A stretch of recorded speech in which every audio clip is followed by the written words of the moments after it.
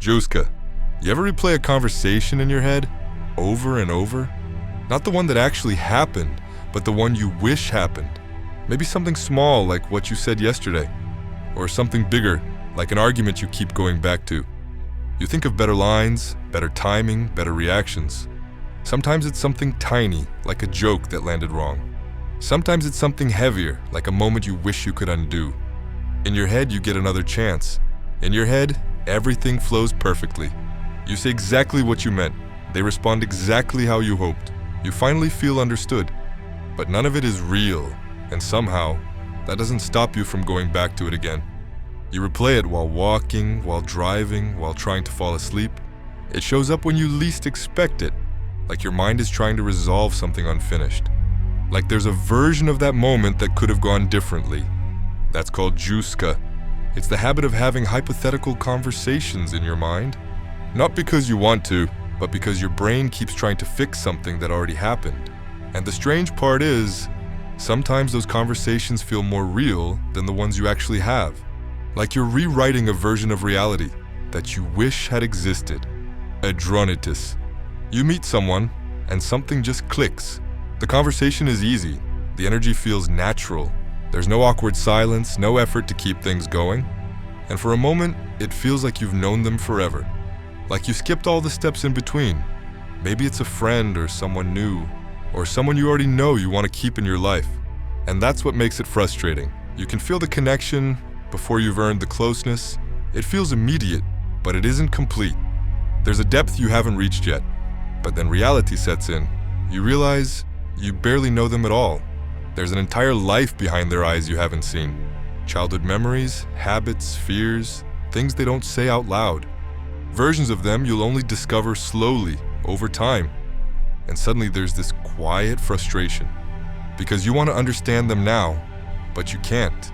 You want to skip the time it takes. But there's no shortcut for knowing someone deeply. That feeling is Adronitis.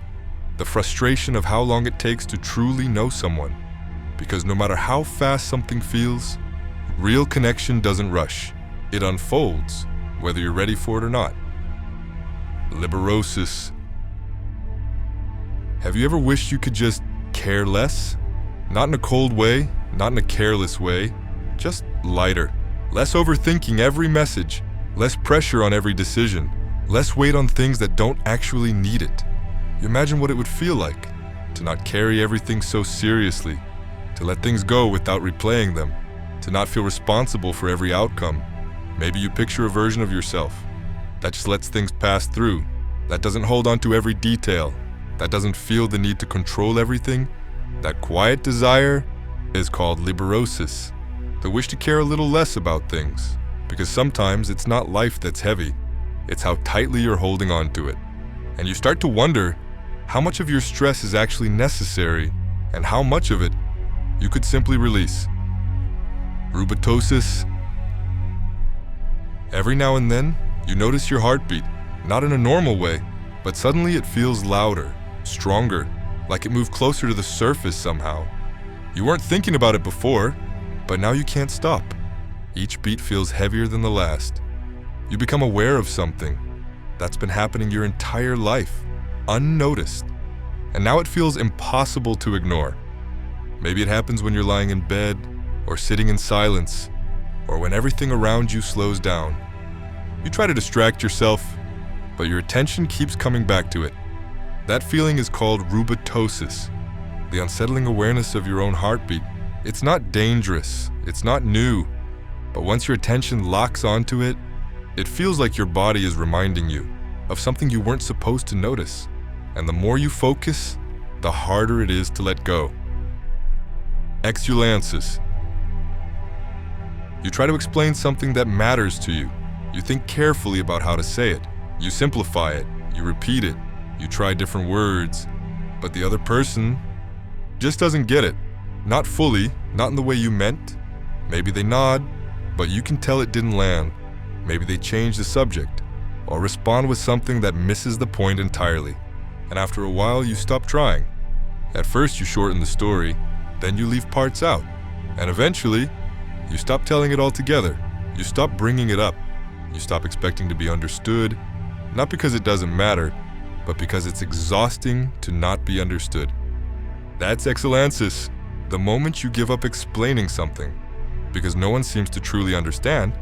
And the strange part is, the more important it is to you, the harder it becomes to put into words. So instead, you keep it to yourself. Altschmerz. Sometimes it's not one problem, it's everything quietly stacking up. The same routines, the same thoughts, the same patterns repeating again and again. Nothing is technically wrong, but nothing feels new either.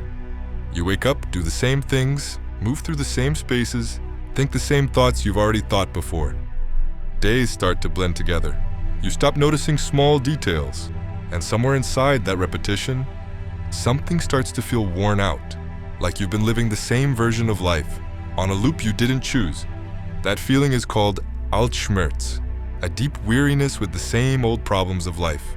Not dramatic, not loud, just a slow, steady sense that you've been here before, and you don't know how many times you'll be here again.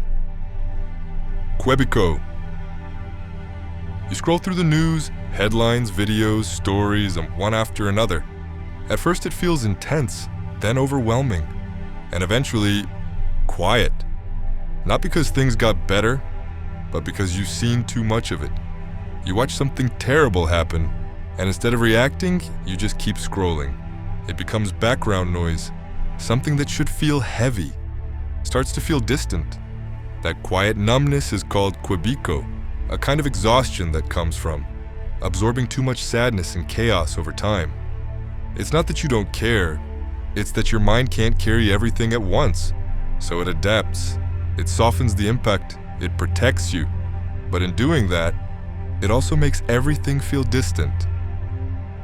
Ellipsism. There are things you'll never see, not because they're hidden, but because they haven't happened yet.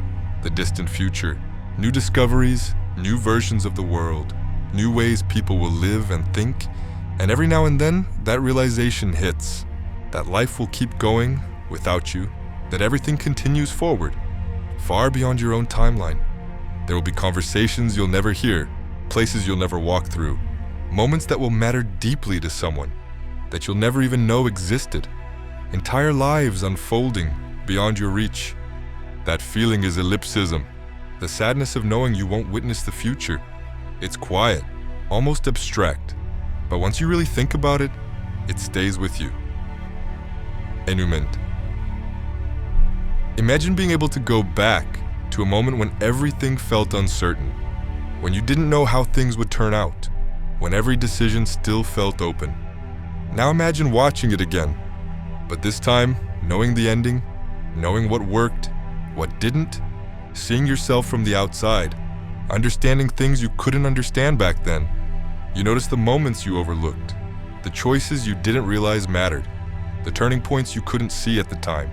You see the version of yourself who didn't know what was coming next.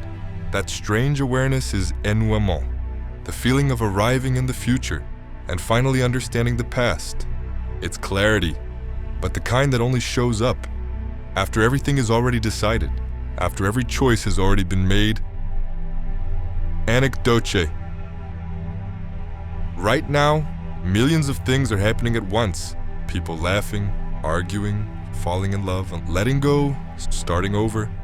Every single person is inside their own story, and none of those stories can be fully told. There's always more context, more meaning, more history behind it.